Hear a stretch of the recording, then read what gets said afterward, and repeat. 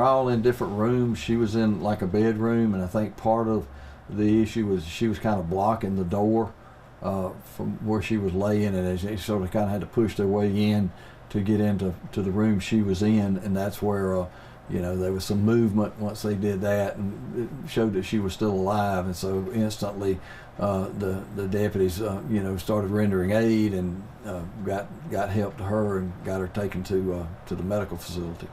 I know you said that Sergeant Patterson, what happened there exactly? Well, Sergeant Patterson, he was sort of in charge at that particular juncture of the investigation, and he was given a written reprimand for not making sure that all the victims were okay, or not checking on the victims, and so that was a kind of a live and learn sort of situation in that case. It is our responsibility to check on the condition of any of the victims, no matter how severely they may seem to be injured, and so that was what happened in this particular case. Now, the other victims certainly were unfortunately injured to where they did lose their life. Miss Corner, as I said, she was in a room to where she was sort of blocking the door, and so they had to kind of push their way in to get into where she was, and as they did that, they noticed some signs of life and then immediately started first aid.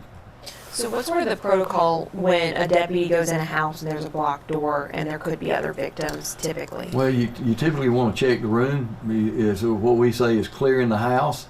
You may have other victims, you may have a suspect in there.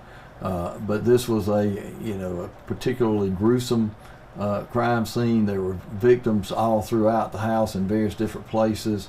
There was blood all over the house and that sort of thing. So there was clear signs of a struggle, clear signs of some violent activity that took place in this residence at the time. And so you also want to preserve the evidence. You want to make sure that you preserve as much evidence, so you don't want a bunch of folks traipsing through the crime scene. And his whole house was a crime scene. It wasn't just contained into one room.